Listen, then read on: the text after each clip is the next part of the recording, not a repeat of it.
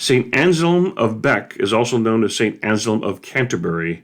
He was the abbot of the monastery in Bec in France, and eventually succeeded a mentor of his, Archbishop Lanfranc, to become the Archbishop of Canterbury. And it is said that he resisted initially that appointment, but eventually took on the role of Archbishop of Canterbury in England. His time as Archbishop was during the reigns of two kings of England, William II, the immediate successor of William the Conqueror, and King Henry I.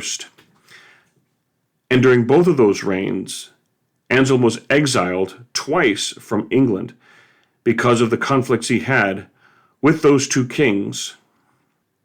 His theological writings during his time as abbot in Bec and Archbishop of Canterbury, and even during his times in exile.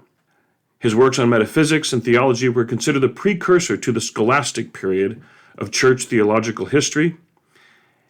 And because his writings continue to teach us today, he is honored as a doctor of the church. He died in 1109 and was initially buried in the cathedral at Canterbury, where there is still to this day an altar dedicated to St. Anselm. Subsequently, he was relocated, and the place of his burial to this day is uncertain. But perhaps he is important most of all because during his time as Archbishop of Canterbury, his exiles during the reign of William II, also known as William Rufus, and Henry I, were because of what is called the investiture conflict, a conflict between church and state that lasted for a couple of hundred years, and especially between the papacy and the Holy Roman Empire, a practice in which the local monarch or nobleman would take it upon themselves to appoint and invest bishops in their kingdoms.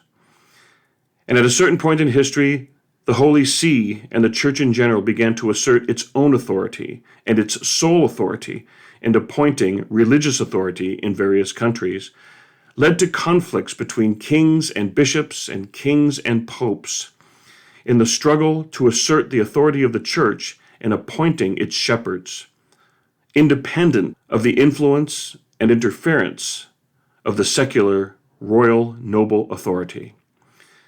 In this investiture conflict, and in the lives of saints such as Anselm of Canterbury, we see early examples of the struggle in establishing the separation of church and state. And while many today would consider the separation of church and state to mean an absolute absence and exclusion of all matters of the church with regard to matters of state, we see from the early struggles in such saints as Anselm of Bec that the separation of church and state does not mean a protection of the state from the church, but a protection of the church from the incursion and influence of the state. And in the investiture conflict, the church asserted its sole authority in appointing shepherds and bishops throughout the church in Europe. We continue to see that struggle today, in which many people would insist that the separation of church and state means that the church must stay out of matters of state, which is impossible because people of faith participate in matters of state. But rather, back then, and especially today, in the American understanding of the separation of church and state, we see in examples of St. Anselm that the separation of church and state does not mean a protection of the state from the church, but rather a protection of the church from the intrusion and imposition of the authority of the state.